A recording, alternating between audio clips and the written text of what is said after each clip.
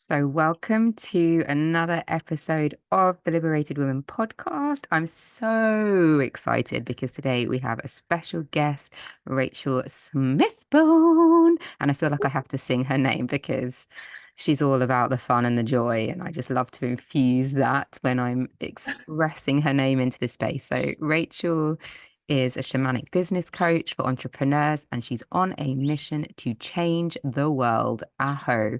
We're all on a mission to change the world in some way or another. And I want to know more from you, Rachel, how you got into this and what is your mission to change the world? First of all, I'm so glad that you sang my name. I just think that is amazing. Rachel Um, Smithbone. yeah, I really thought you were going to say it a second time, and I was like on tender, excited for it. Boom! Um, Bone. how do I? Yeah, it's a great. I am on a mission to change the world, and it's through a few different lenses. I am obsessed with self-love because I think everybody has a part to play on this planet, big, small, global, in a village, in their own home, in their family. And it all comes from having the audacity to just truly get to know and embody who you are, the real you, underneath the conditioning, underneath all the BS, underneath all of the expectations of other people. Who is it that the divine created you to be? That is what self love means to me. And I love connecting people back to that. And that, like, excuse me, that connects to business because I help people who are in the business of transformation, supporting transformation in others. And in order to do that, you have to have such a powerful grounding and foundation in self love in order to facilitate that level of transformation for others. So, yeah, that's kind of the mission I'm on. I just think we are living on this incredible planet. We are so lucky to be alive at this time. Like, nature is everything to me.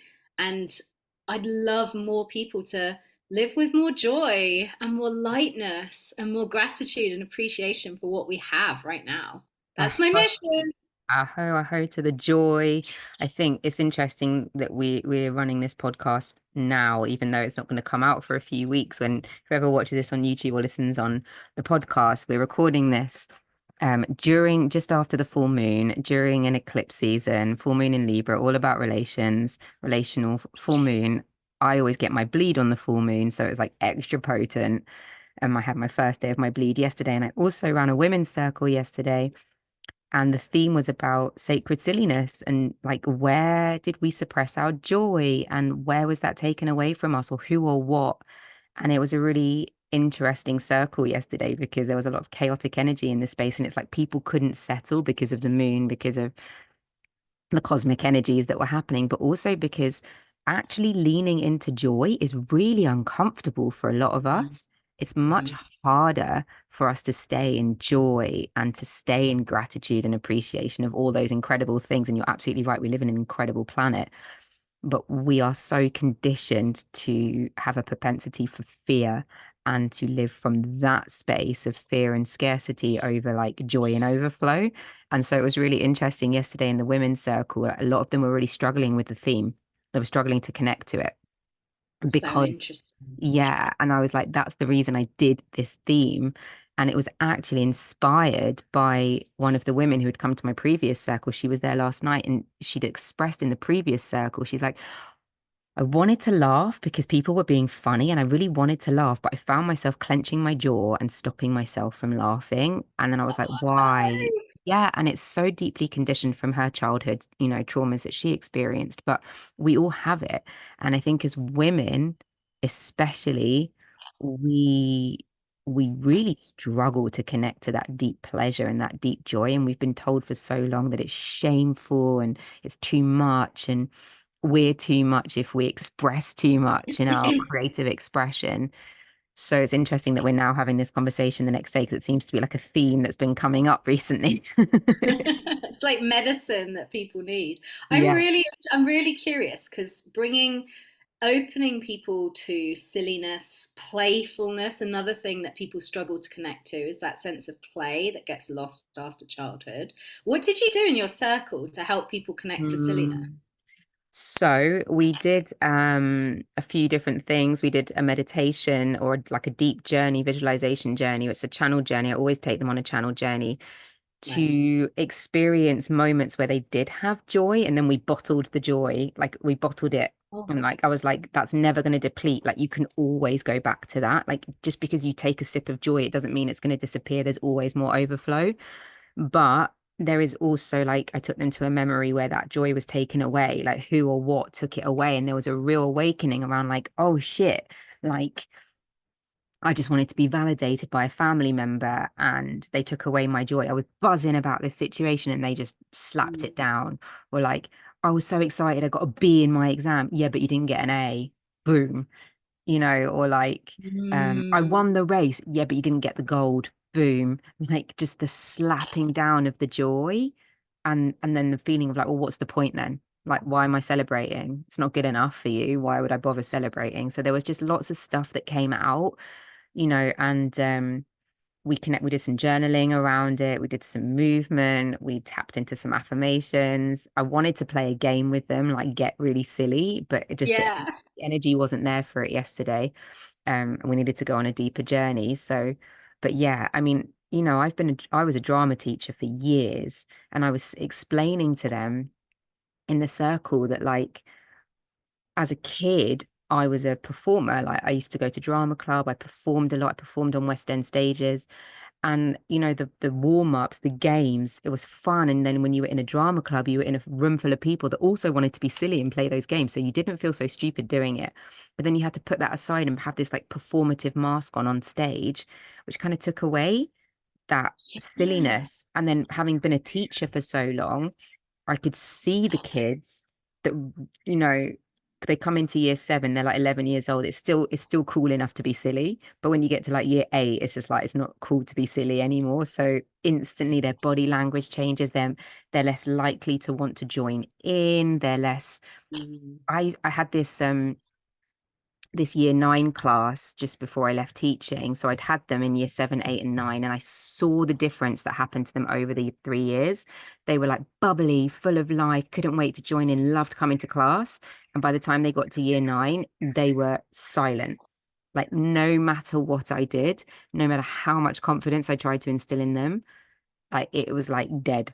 They were just so embarrassed to put themselves out there and be silly. And I asked them, they were like, we still really like it, but the boys are over there and we don't want to like. So they started to experience that like sense of shame around Mm. being in their full creative expression. And self-consciousness that comes with puberty. Like Yeah, puberty is a, am I allowed to swear on your podcast? absolutely. Puberty's a head fuck. Like how whatever well-rounded human you are, and however well equipped you come into puberty. Oh my god, those hormones are gonna fuck with everything. Yeah. And yeah, it's like such a time, isn't it? I bet there's so many people with scars from around that time when freedom stops and suddenly that fear of being judged and that attraction to the opposite or to that sexual attraction awakens and suddenly you're thinking in a completely different way And and your isn't it body's changing and Yeah. And isn't it funny that you would mention like sexual attraction, which is like we know that that's like part of our creative life force energy, and yeah. yet we shut it down as part of the creative life force energy that we have. Yeah. Be silly and joyful. And I think everybody experiences it in different ways, but of course, even collectively, like it's like it's like almost like forbidden or a bit of a like you feel a bit guilty if you're having a really good time and you're joyful because other people are having a bad time, and it's like wow, I couldn't be possibly be having a good time. Like it's not I can't possibly be celebrating when there's war going on in the world. I can't possibly like be in a Mm. joyful state when someone else's mum is dying or whatever it is. And it's like we feel this real sense of guilt and like shame really around expressing any kind of joy. Um, and like I know for me, I was sharing it in the circle yesterday. Like I definitely struggle to tap into my joy now more than I ever did. when I was younger. I've definitely had it bashed out of me in several ways. And I have to kind of consciously come back to it. So maybe we can talk a bit about that. Like, how do you tap into your own joy? Like, how do you connect with that? Oh, that's a really difficult question for me because I was like, I've just been joyful. I think joy is just the gift that the medicine that I'm here to give the world. You know, I've been a joyful little soul like for my entire life, and yeah, it's interesting because one of the things about joy is that when you numb painful and difficult emotions, you don't just numb painful and difficult emotions. When you numb one thing, you numb everything. So, numbing, like we think of it as kind of a way to mitigate feeling really uncomfortable emotions. Most of us unconsciously, we don't even know we're doing it. But we think of it as a way to not feel those emotions. And yeah, it can work really effectively. We can avoid having to feel those really painful, difficult emotions. But the flip side of that is that when we numb pain, we also numb joy. And so if you're willing to open to really feel the depths of all the so-called difficult emotions, the lower, again, so-called lower frequency emotions, if you're willing to go there, then you'll find that your joy can start to open up too. Mm, But I think the thing about joy is it's like, for me anyway, it's not a state that I eternally live in. I'm not going, like, I'm a naturally joyful person, but I'm not immune to feeling the depths of grief. And I'm not going around in a state of ecstatic wonder and joy the entire time. Like, I've got two little kids, I've got a business, well, two businesses that I run. Um, I've got life, like any other person. I live in the Western world and all the bullshit that comes with that. So around in this ecstatic, orgasmic state of blissed out joy the whole time.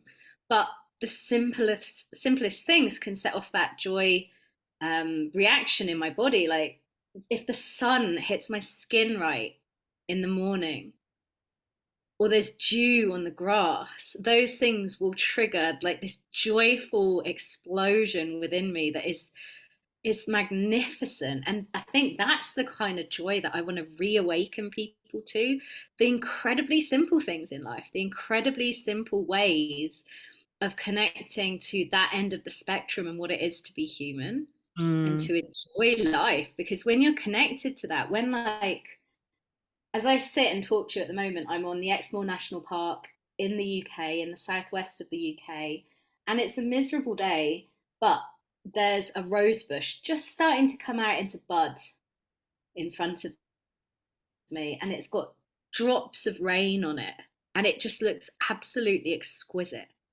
And it's simple things like that. If you can allow yourself to tune in to the wonder and simple wonder of nature, of people, connections to people, all of those really simple things in life around you, that's when like true joy awakens. That's when true joy can just bubble like a geyser inside of you. mm. I love that.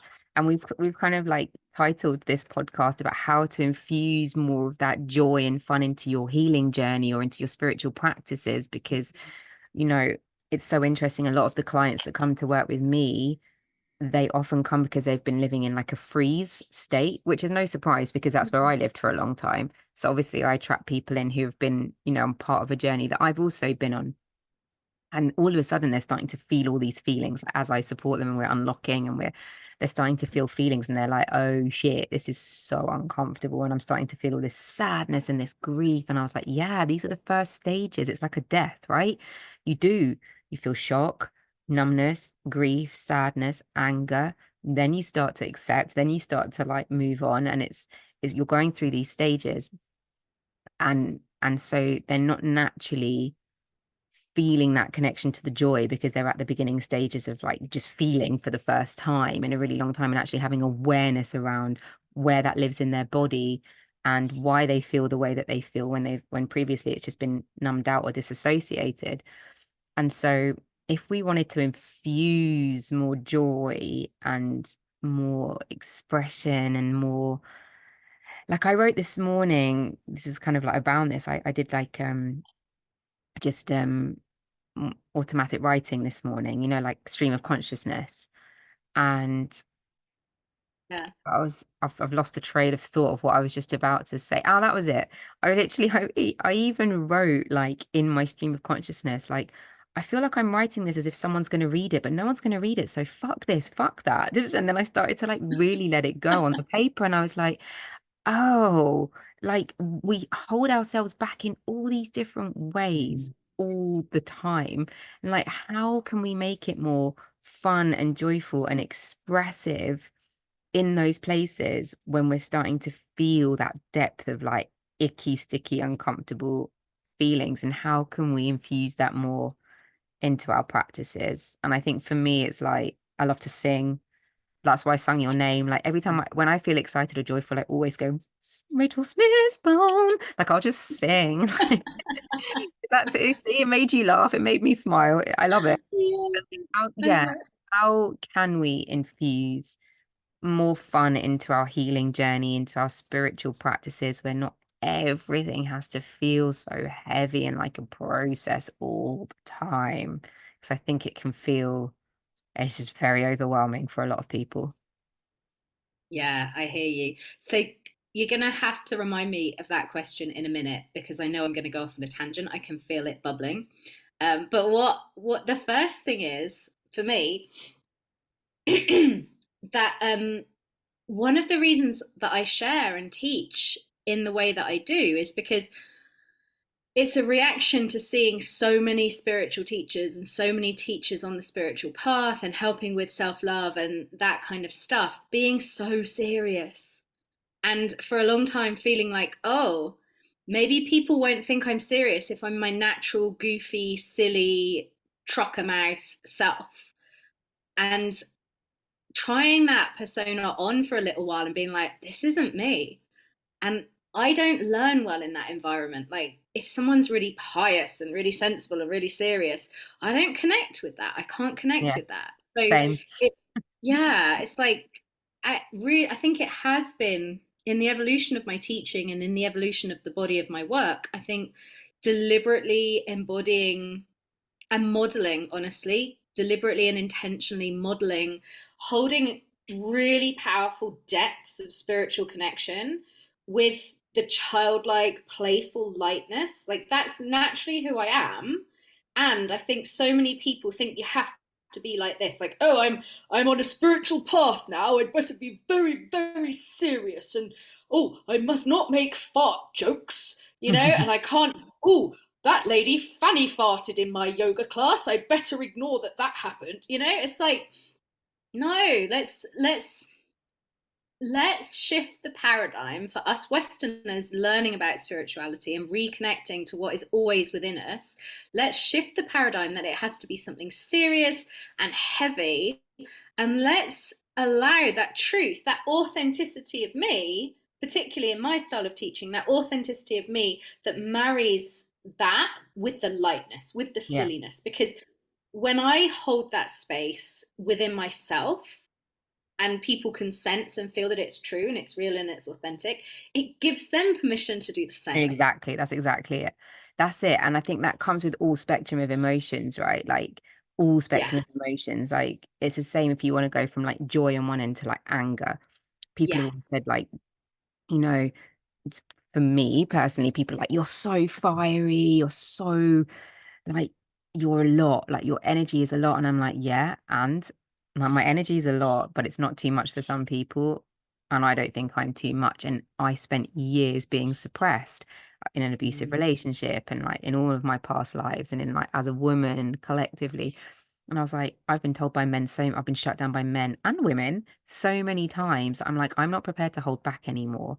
And if you don't like it and it's too much for you, then I'm sorry, but something in you is being triggered by me. I'm not triggering you on purpose. And it's like when again, like in a women's circle, one of the women let out some anger, and then the other women were like, oh, like the sigh of relief of like, oh my goodness, I'm also feeling so angry. Can I just let it out? And I was like, absolutely. Like, of course, like you just gave the permission to the other woman to do that. And the more that we can go forward, and I say this to my partner all the time, I'm like, you know, like you're talking about joy and fun and the embodiment of your work. And if that's who you are as a person and like your body of work is about that, then embodying it is your truth. And it's Mm. like the same for me. Like, you know, this podcast is called The Liberated Women. And I take women on a journey of liberation. If I am not liberating myself in that process, there's no authenticity there. So I'm No. always doing the work to liberate myself, whether that is having difficult conversations, whether that is feeling my anger, whether that is like understanding, oh shit, it's harder for me to lean into joy. Where can I find Mm. those moments? Like how can I? It's like the more that we lean into our own medicine and embody that, the more we give permission for other women to do the same. That's 100%. the medicine there, like right there. Yeah. And that comes back to my point about self love, right at the start of our conversation. That's where self love comes in, because really it's about trusting yourself to decondition so that you can be who you are, so that I can, because believe it or not, people have a problem with joyful people. Mm. People like I just for the record, in case they're ever watching this, I love my in-laws. They're the best in-laws in the world. They're amazing. And they call me a smarmy suck up. They cannot, they've known me for 15 years and they cannot get it in my mind that I am genuinely like, when I say nice things to them, I mean it. I'm saying it because I mean it, and because I'm grateful to them for looking after me or cooking me dinner or doing this, that, or the other. And they're like, oh, you're such a suck up. Oh, and they just can't understand it, you know? So I've had that my whole life. Like you've had people kind of trying to shut you down because of the anger. I've had people trying to shut me down because of the joy. You're too much. You're too cheerful. I can't cope with that level of cheer this time in the morning. You know? And it comes back to the self-love. It's about radically accepting that that is a part of who you are, and it's a part that holds wisdom and holds medicine for other people. So yeah, I I'm, would, I'm so I with would, you on that. I would personally love to be surrounded by that level of cheer in the morning. Not everyone can take it. I tell you, not everyone can. I My think husband is the opposite. He's not. He's got a really dry sense of humor, and he just loves to take the piss out of me. But I am so relentlessly cheerful. It just works. It just works. We're like yin and yang, but I know that he's joking, and I'm like a genuinely a really cheery person, but at the same time I suffered with like crippling anxiety and dreadful social anxiety before I did all my medicine work around self-love. Like the social anxiety was off the charts, and it was partly to do with this joy. I also felt like there was a pressure because I'm so naturally like this. When I have a day where I'm like, do you know what, I don't want to see anyone, I want to be alone, everyone's like, what's wrong, Rachel? Why aren't mm, you being yourself? Why, mm, come on, just cheer up. And it's like, yeah, I felt like there was this pressure to be like that all the time. Whereas, of course, I'm not. Like, no one's like that all the time. You have ups, you have downs, good days, bad days. Like, that's just called being yeah, human on planet abs Earth. absolutely. And so it's funny because I have something that's probably on the same scale as you, but on a different level of it. It's like people tend to not check in with how I am because I give the impression that I'm always okay, because I'm confident, because I'm Oh, loud, because I speak my truth, because I show up. Like, so people are like, oh, you must be okay all the time. And I'm like, you have no idea what goes on in my personal life behind the scenes unless I choose to share it with you. Like, you don't know. Like, I do, and I do share a lot, but I'm not going to share everything. You know, there's like a level of privacy I want to keep for myself. And it's like, yeah, I'll share things with you when I feel like it can help you. Um, but I'm not going to share like every little minute detail of my life. Like when I have a meltdown because I've had to walk 90 minutes up a hill to get to a concert in the 40-degree heat because we haven't got a car that we were promised, or like like these things that are like, no, it's not okay for me. But I will share a lot of it, but I'm not going to share like all of the intimate moments. So it's interesting, like people would notice when you're not cheery, but people won't notice when I'm not okay. So it's like it's a real yeah, interesting, it's like, interesting. yeah, I guess like people form an impression of who you are based on your persona. But we are human and we do encompass all ends of Mm. the spectrum and all ends of these, human emotions. So I know you had your wand at the beginning of this video. For those of you watching on YouTube, Rachel has a wand. For those of you on the podcast, she has a very cool wooden wand with what kind of crystal is that?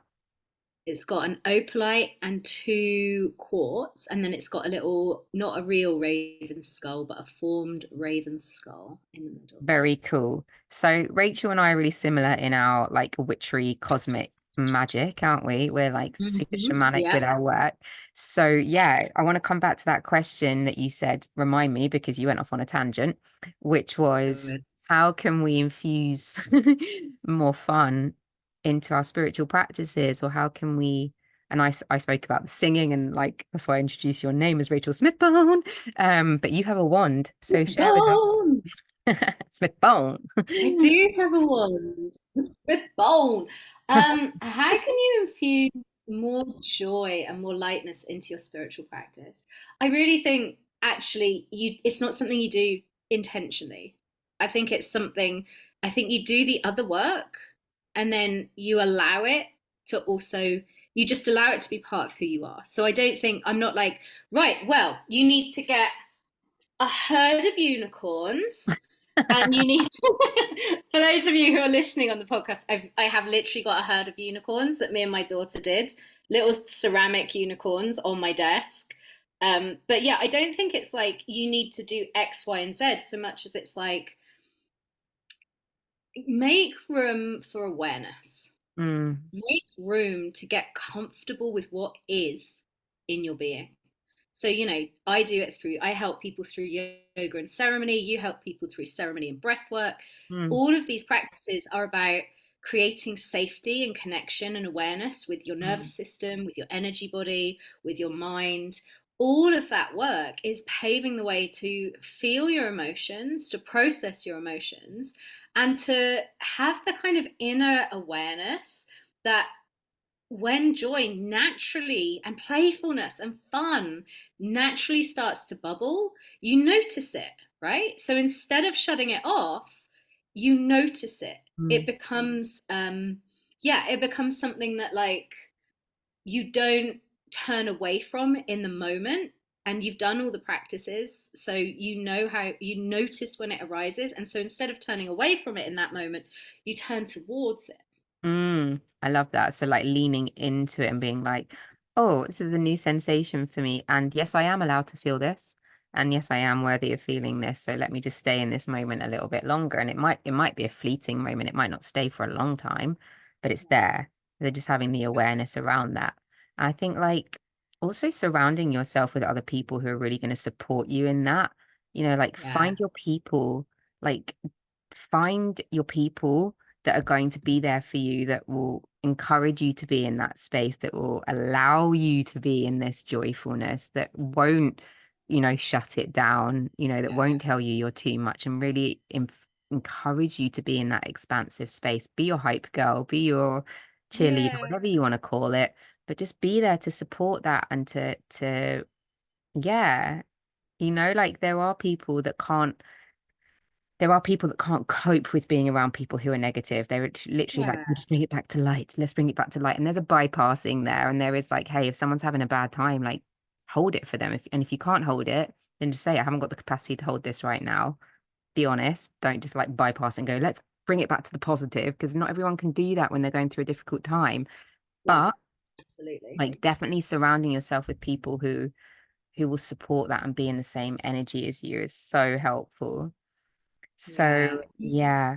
It's not so much fun and playfulness and silliness, but definitely in terms of joy, like I just can't rate gratitude highly enough. And I have a sacred celebration practice as well, like celebrating the tiniest things, the tiniest things, like things just anything that you've done where you've stepped out of your comfort zone, anything you've done where you're really people struggle to feel proud of themselves, but Mm, I love to help people create an inner cheerleader as much as mm, so many people have inner critics, but developing an inner cheerleader and mm, celebrating yourself, like divine, sacred celebration is just such a 100%. beautiful energy. And it's not an energy that puts you, that is, it's not an energy that can't coexist with humbleness, but because it's not, celebrating yourself isn't about putting yourself on a pedestal above a warm fuzzy feeling towards yourself, Mm. you know, being your own cheerleader, being your own recognizer when you've done something, or even just like the simplest things, you know, like, oh, I went to bed at 9 o'clock last night. I've broken the pattern of going to bed at midnight every night. I'm Mm. so proud of myself. That was Yeah. a thing. You know, simple things, simple celebrations are Giving just, yourself a yeah, they're well underrated. done. Giving yourself. Yeah, exactly. A little pat on the back, like a, Mm. I love that. We're yeah, going to start wrapping exactly. up, and there's one question that I always ask my podcast guests. I'm going to ask you too. Hmm. That is, what does being a liberated woman mean to you? Oh, well, definitely for me, it is all about the self love. It's all about being liberated, is being free to be completely Rachel Smithbone, completely myself, whether that is in my joy, whether that's in my grief, whether that's in stay. Like I was joking with you that I've still got, it's 3:30 in the afternoon as we're recording this in the UK. I have actually still got my pajamas on underneath my top. I didn't realize we were going to be video recording this. So Yeah. being liberated is being free to be your unfiltered, unapologetic, radically accepted self. So that's, yeah, that's what it means to me. And it's been such a journey of becoming a liberated woman, but honestly, I can hand on heart tell you that it's a great place to live from. And you know, we're both doing that work to help other women come into that space too. And the Mm. more of us that get there, the more we're going to change the world. Whoop, See what whoop, I did there, whoop, Shanique? whoop. You I did, like you did, you did. I wrapped it liked right it. back to the start. What a pro. I loved What it. a pro. I loved it. Call back to the start. You wrapped it round. And with that, we are going to wrap it up. Thank you so much for coming on, Rachel Smithbone. You I can't not sing your name now. Smithbone. I will put all of Oh. your I'm going to put your social media links in the show notes. So if anyone wants to contact you or reach out to you or join you on Instagram, then they can be in your joyful world. So I'll add that to the show notes. And for those of you that are listening, thank you so much for tuning in to another episode of the Liberated Women podcast. I hope you have a magical, magical day.